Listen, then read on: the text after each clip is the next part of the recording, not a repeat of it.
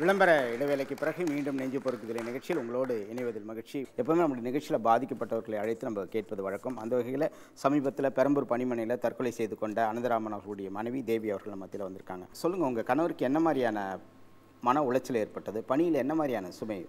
பெரம்பூர் டெப்போவில் கண்டக்டராக இருக்காங்க 242ல். இது மாதிரி சிஸ்டர் மேரேஜுக்கும் லீவ் போட்டாங்க. நான் போய் தான் லெட்டர் கொடுத்தேன். அவர் என்ன சொன்னார், என்ன இது இவ்வளோ நாள் லீவு இப்படின்னாங்க.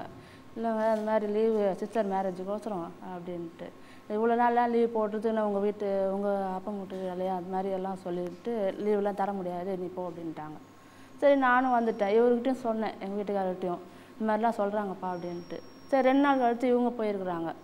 போயிட்டு அவரையும் ஏதோ சொல்லியிருக்கிறாரு, இந்த மாதிரி இவ்வளோ நாள்லாம் லீவ் தர முடியாது, அப்படி இல்லைன்னா உன்னை டெப்போ மாற்றிடுவேன் அப்படி இப்படின்னு ஏதோ சொல்லியிருக்கிறாரு. இவர் என்கிட்ட வந்து சொல்லியிருந்தார், இருக்கட்டும்பா சொல்கிறது வேறு டெப்போ கூட மாற்றிக்கலாம் அப்படின்ட்டு ஏதோ சொன்னேன். அவர் அந்த பெரம்பூர் டெப்போ விட்டு நான் வரமாட்டேன், இவர் இது மாதிரிலாம் சொல்கிறாங்க அப்படின்னாங்க. சரி ஒரு 2-3 நாள் 2-3 வாட்டி போயிட்டு வந்துருக்கிறாரு.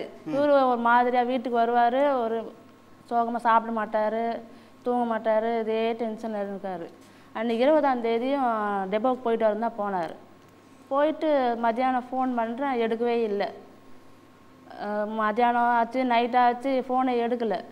9 மணிக்கு ஃபோன் வருது, இந்த மாதிரி ஐநாவரம் ஒயின் ஷாப் திக்னாலான ஒயின் ஷாப்லேருந்து வாங்கி விழுந்துட்டாங்க அப்படின்ட்டு. போனால் அந்த மாதிரி மருந்து சாப்பிட்டுக்கிறாங்க, கேஎம்சிக்கு இட்டுன்னு போனோம். வழியிலேயே போயிட்டு கேஎம்சிக்கு இட்டுன்னு போனால் இந்த மாதிரி மருந்து சாப்பிட்டுக்கிறாங்க அப்படின்னாங்க. மேலதிகாரிகள் என்ன மாதிரியான சுமை அவருக்கு என்ன பேசினாங்க? ஏதாவது உங்கள்கிட்ட பகிர்ந்துட்டார் அவர்? என்கிட்ட எதுவுமே சொல்லலை. இது மாதிரி திட்டுறாங்க, பெரம்பூர் டெப்போ அந்த டெப்போ மாற்றிடுவேன், அடையார் டெப்போ மாற்றிடுவேன் அப்படின்னு சொல்லி. எத்தனை நாள் லீவ் கேட்டிங்கம்மா திருமணத்துக்காக? யாருடைய திருமணத்துக்காக? அவங்க சிஸ்டர் மேரேஜ். சரி, அவங்க சொந்த சிஸ்டர் மேரேஜ். May 1ஆம் தேதி அவங்க மேரேஜ். அதுக்கு முன்னாடியே லீவ் ஒரு 10 நாள் லீவ். அதுக்கப்புறம் சுகர் இருக்குது, அந்த வேலை அழைச்சலில் வந்து ஜாயின் பண்ணுறது தான் சொன்னார்.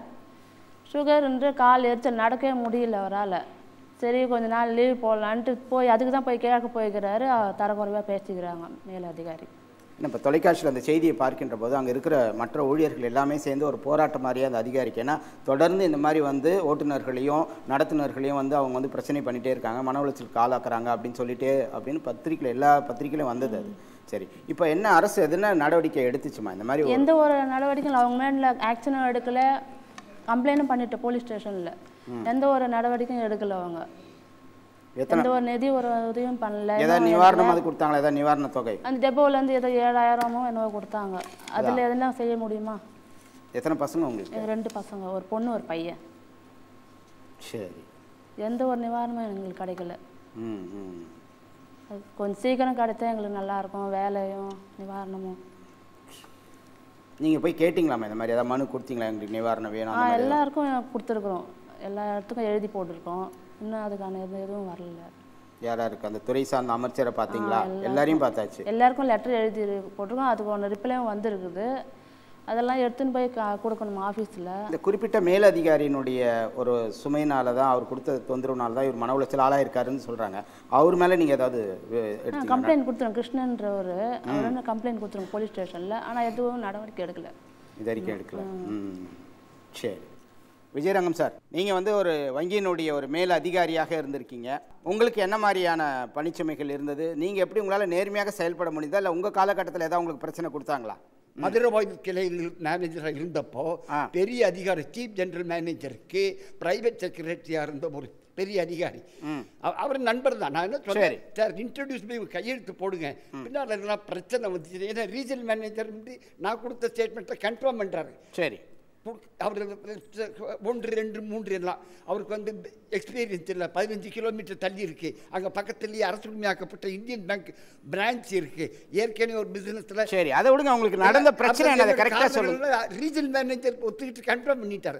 ஆனால் இவர் வந்து அவன் போய் அவர்கிட்ட குடும்ப நண்பர், இப்போ என்ன சார் பெரிய ஆஃபீஸர் சீஃப் ஜெனரல் மேனேஜருக்கு பிரைவேட் செக்ரட்டரியாக இருக்கீங்க, உங்களுக்கு இந்த நிலையை நான் இப்படின்னு சொல்லிட்டோன்னே அவர் ஒய்ஃப் அந்த நேரத்தில் இருக்காங்க, அவங்கள தூக்கி விட்டுட்டாங்க. என்னங்க ஒரு சின்ன ஒரு 25,000 ரூபாய் லோனுக்கு வந்து யாரும் பண்ணுறாங்க அப்படி. அதை பெருசாக்கி முன்ன கொடுத்த லோன்லாம் ஒழுங்காக இருக்கா எல்லாம் பார்த்து, அதாவது IRDPயில் 2-3 ஃபாதர் அண்ட் சன் ஒரே குடும்பத்தினருக்கு எப்படி லோன் கொடுத்தா? லோன் கொடுத்ததுக்காக தான் உங்களுக்கு பிரச்சனை. 18 ஆண்டுகளுக்கு பின் இப்போது எம்எம்டிஏல சீஃப் மெம்பராக இருக்க ராஜேஸ்வரன் எனக்கு நான் மனதார பூஜிக்கும் தெய்வம். அவர் எனக்கு பேரப்பிள்ளை மாதிரி வயசில் பார்க்க போனால் அவர் கொடுத்த தீர்ப்பு நல்லபடியாக கொடுத்தாரு. உங்களுக்கு பேங்க்கில் வழக்கு நடத்த தெரியல, டொமஸ்டிக் என்கொயரி டொமஸ்டிகேட்டு போட்டு குழப்பிச்சு உங்களுக்கு இருக்க அதிகாரத்தினால அப்பாவி அதிகாரிகளை பழி வாங்கிறீங்க அப்படின்னு ஓப்பனாக கொடுத்தார். கடைசியில் வேறு வழி இல்லாமல் பேங்க் மேனேஜ்மெண்ட்டு அந்த தீர்ப்பை ஏற்றுக்கிட்டு என்னை வந்து அடையாள லட்சம் கடைசியாக பணிபுரிஞ்சேன். கூப்பிட்டு எனக்கு பாருங்கள், அதில் வந்து அலுவலாட்டம், அதில் வந்து எவ்வளோ ஏமாற்ற முடியுமோ, அதாவது 18 ஆண்டுகளானது எந்த தேதியில் பனிஷ்மெண்ட் கொடுத்து பேசிக் பேர் 5 இன்க்ரிமெண்ட்ஸ் குறைச்சாங்களோ அந்த தொகையை வந்து எந்த தேதியில் கொடுக்குறாங்களோ அது வரைக்கும் உண்டான வட்டியோடு சேர்த்து கொடுக்காம அந்த ரிட்டையர் ஆகிற டேட்டு வரைக்கும் கொடுத்தாங்க. திரு ராஃபல் சார், நீங்கள் சொல்லுங்கள், உங்களுக்கு ஏற்பட்ட பாதிப்பு என்ன? அரசு யுனானி மருத்துவக் கல்லூரியில் தேர்வுநிலை உதவியாளராக பணிபுரிந்தேன். 2004 ஆகஸ்ட் 31 ஓய்வு பெற்றேன். ஓய்வு பெற்ற அன்று என்னை பொறுத்தவரையில் பெர்மிட்டட் டு ரிட்டையர் வரவில்லை. ஏனென்று பார்த்தால் என்னுடைய சர்வீஸ் முழுவதும் நான் அரசு ஊழியர் சங்கத்தினுடைய பொறுப்பில் இருந்தேன். அதற்கு அப்படி இருந்ததன் காரணமாக 1988 ஜாக்டி அரசூழியர் போராட்டத்தில் கலந்து கொண்டேன். 2003ஆவது ஆண்டு அரசூழியர்கள் ஒரு மிகப்பெரிய போராட்டத்தை நடத்தினார்கள். அதில் 1,76,000 அரசூழியர்களை டிஸ்மிஸ் செய்தார்கள். இந்திய மருத்துவத்துறையை பொறுத்தவரையில் சென்னையை பொறுத்தவரையில் நான் ஒரே ஒரு ஆள்தான். அந்த நேரத்தில் அதிகாரிகள் கூறினார்கள், நீங்கள் இந்த போராட்டத்தில் கலந்து கொள்ளக்கூடாது. அதையும் தாண்டி 32 நாட்கள் போராட்டத்தில் கலந்து கொண்டதன் காரணமாக அந்த நேரத்திலேயே அந்த ஒரு ஆண்டில் எனக்கு 23 மெமோ கொடுத்தார்கள். மெமோ என்ன பார்க்கிற நேரத்தில் இவர் வேலை செய்யவில்லை. மொத்தம் 24 ஆண்டுகளில் 23 ஆண்டுகளில் எந்த மெமோவும் வாங்கவில்லை.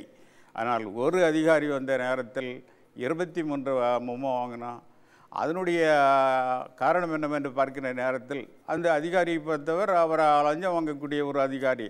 நாங்கள் அரசு ஊழியர் சங்கத்தில் இருக்கின்ற நேரத்தில் எங்களுடைய தலைவர் எம்.ஆர். அப்பன் அவர்கள் அரசு ஊழியர்கள் லஞ்சம் வாங்கக்கூடாது, லஞ்சத்திற்கு எதிராக நாங்கள் ஒரு தீர்மானமே எங்களுடைய மாநாட்டில் கொண்டு வந்து நிறைவேற்றி அப்படி எங்களுடைய ஊழியர்களுக்கு நாங்கள் அன்று கூறியிருந்தோம். இவர் சொன்னார், அப்படி இல்லை, ஒரு பில்லு 1.5 லட்சம் ரூபாய் பில்லு போட்டதுன்னா அவர் மொட்டைக்கை எழுத்து போட்டார் அதிகாரி, 4% வாங்கி கொடுங்கன்னு. நான் சொன்னேன், நாங்கள் வாங்குகிற இது இல்லை, நீங்கள் வேணும்னா வாங்கிடுங்க கேட்டு. இல்லை நீ தான் வாங்கணும், நான் உனக்கு சம்பளம் கொடுக்குறேன், நான் உன்னுடைய மேல் அதிகாரி, நான் சொல்வதைத்தான் நீ செய்ய வேண்டும், நான் சொல்வதை நீ செய்யாவிட்டால் நீ ஒழுங்காக ரிட்டையர் ஆக மாட்டேன். அப்படியே ரிட்டனாக நான் எழுதி கொடுத்தேன். கடைசியில் செக்ரட்டரியேட்டில் இந்த குற்றச்சாட்டுகள் நிரூபிக்கப்படவில்லை என்று தள்ளுபடி பண்ணாங்க. அந்த நேரத்தில் அந்த விசாரணையில் ஒரு இன்க்ரிமெண்ட்டை ஏற்கனவே விட்டுட்டாங்க. ஜிபிஎஃப்க்கு இன்ட்ரெஸ்ட் உண்டு, அதையும் எழுதி கொடுத்தோம், அது இன்னும் வரலை. இன்றும் நாங்கள் போராடிக்கொண்டே இருக்கின்றோம். இதை தான் இன்றைய சூழ்நிலையில். இதே மாதிரி நான் மட்டுமல்ல, எண்ணற்ற எங்களுடைய ஓய்வு பெற்ற அரசு ஊழியர்கள் இதே நிலையைத்தான் சந்தித்து கொண்டே இருக்கின்றார்கள். எங்களுடைய சங்கத்தை எடுத்துக்கொண்டால் இன்றைக்கு ஒரு 50-60க்கும் அதிகமான கோரிக்கைகளுக்காக நாங்கள் தமிழ்நாடு முழுவதும் நாங்கள் போராடி கொண்டே இருக்கிறோம். சரி, நன்றி ராஃபல். இப்போ என்ன மாதிரியான மன உளைச்சல்கள் இவங்க சந்திக்கிறாங்க சார்? தற்கொலை தூண்டக்கூடிய அளவுக்கு எப்படி இவங்க அந்த ஸ்டேஜுக்கு போகிறாங்க, அதை சொல்லுங்கள். பார்த்தீங்கன்னா இவங்களுக்கு இவங்க யூனியனைஸ் கேடர்ஸ். யூனியன் என்ன பண்ணாங்க, அவங்க பண்ணுற ப்ரெஷர் ஜாஸ்தியாக இருக்குது. இப்போ பார்த்தீங்கன்னா ட்ரிப்லாம் ஜாஸ்தியாக இருக்குது, குறைக்கிறாங்க, டிஸ்டன்ஸை குறைச்சிட்டாங்க, இதெல்லாம் எல்லாருக்குமே தெரியும், க்ரூ எல்லாருக்குமே இருக்குது. பட் எல்லாருமே எல்லா விதமான பார்ட்டிஸும் அங்கே கம்யூனிஸ்ட் இருக்காங்க, டிஎம்கே இருக்குது, ஏடிஎம்கே இருக்குது. அவங்க தானே இந்த காசு எடுத்து பண்ணணும். ஒரு டிப்போலேருந்து இன்னொரு டிப்போக்கு போகிறதுக்கு அவர் இந்த அளவுக்கு மனசு அவசியமே இல்லை. அவங்க என்ன ப்ராப்ளம் என்ன பண்ணியிருக்காங்கன்றது தெரியல, முழுச விவரம் தெரியல. மற்றபடி இந்த பேங்க் அதிகாரி சொல்லியிருக்காரு, அவர் மேலேருந்து ப்ரெஷர் வந்திருக்கு அப்படின்னு சொல்கிறாரு. இவரும் அதே மாதிரி தான் சொல்கிறாரு. நான் என்ன சொல்கிறேன்னா, இது பேசிக்காக நீங்கள் வந்து டே டு டே கரப்ஷன் ஒன்று இருக்குது, அது இவங்கெல்லாம் பாதிக்கப்படுறாங்க. அதாவது everyday you have to deal with public. அது எதுவாக இருந்தாலும் சரி, சின்ன லெவல்லேருந்து அது பொதுமக்கள் எல்லாருக்குமே அது பாதிக்கிறது. ரெண்டாவது கரப்ஷன் அட் த டாப். அது மினிஸ்டர்ஸு, பாலிசி மேக்கர்ஸ், அவங்க மேலே கொடுக்குற ப்ரெஷர் அதுக்கு கிடையாது கடைசி மட்டும் வருது. இதில் நீங்கள் பார்த்தீங்கன்னா ராஜாஜி ஒன்று சொன்னார், root cause of corruption is licence permit raj. அது இப்போ போயாச்சு. இருந்தாலும் என்ன பண்ணுறாங்க, அந்த ரூல்ஸில் வந்து லூப் ஹோல்ஸ் கண்டுபிடிச்சி லேண்ட் அலோகேஷனா இல்லை இண்டஸ்ட்ரியல் கிளியரன்ஸோ எதுவாக இருந்தாலும் இண்டஸ்ட்ரீஸ் வந்து இப்போ ப்ரைவேட் செக்டர்னு சொன்னார். ப்ரைவேட் என்ன பண்ணுவாங்க, கவர்மெண்ட்டை பிரைப் பண்ண வந்தால் அவன் ப்ரைவேட் செக்டரில் அவங்கள எம்ப்ளாயிஸ் யாரும் விட மாட்டாங்க. அவங்ககிட்ட ஃபேவர் பண்ணி பணம் வாங்கிக்கிறாங்க. இது மாதிரி இந்த கல்ச்சர் வந்துடுது, கரப்ஷன் இஸ் கல்ச்சர் வந்ததுனால ஒன்றுமே பண்ண முடியாமல் இருக்குது. சொன்னார் கங்கை வந்து சுதமாச்சுன்னா கங்கை மங்கை எங்கே சொல்லியிருப்பார் அவர். கங்கை மேலே தான் பியூராக இருக்குது, காசியில் தான் கெட்டு போயிருக்கு. இங்கே வந்து மேலே தான், இங்கே வந்து ஆப்போசிட், மேலே ஊழலாக இருக்குது, கீழே வந்து அது புறையோடி போயிருக்கு, கடைசி மட்டும் வந்துருக்கு. ஸோ டாப் டு பாட்டம் இந்த க்ளீன் பண்ணாதான். யூனியன் என்ன பண்ணுதுன்னு கேட்டார். யூனியனில் இருக்கிறவங்க வந்து மாற்றி மாற்றி பேசுவாங்களே தவிர, அதாவது அரசு வந்து சந்திக்கணும், அரசு வந்து சந்திக்கவே மாட்டேங்குது. யூனியன் அவங்க சந்திக்க பயப்படுது. அப்படியே போனாலும் நடவடிக்கை எடுக்கிறோம். அது மினிஸ்டர் லெவலில் போகாது, அதிகார லெவல், மோஸ்ட்லி அந்த ஃபைனான்ஸ் செக்ரட்டரி இல்லை சீஃப் செக்ரட்டரி லெவல் அவங்க என்ன பண்ணுவாங்க, வாங்கி வச்சுட்டு நாங்கள் அம்மாட்ட சொல்கிறோம். இதுதான் வந்து நடக்கிற உண்மை. தற்கொலை செய்யக்கூடிய அளவுக்கு வந்து ப்ரெஷர் இருக்குது மேலதிகாரிகள் மாதிரி. எப்படி நம்மளால் நேர்மையாக பணி செய்ய முடியும்னு நினைக்கிறீங்க? தற்கொலைகளை தவிர்ப்பது என்பது பொறுத்தளவில் அந்த ப்ரெஷர் வந்தாலும் வித்ஸ்டாண்ட் பண்ணுற அளவுக்கு மன உறுதியோடு சட்டத்தை புரிந்து கொண்டு நமக்கு இருக்கக்கூடிய நடைமுறை ப்ரொசீஜர் இருக்குல்ல, அதில் ஃபேமாக நிற்கக்கூடிய அளவிற்கு நாம் செயல்பட முடியும்.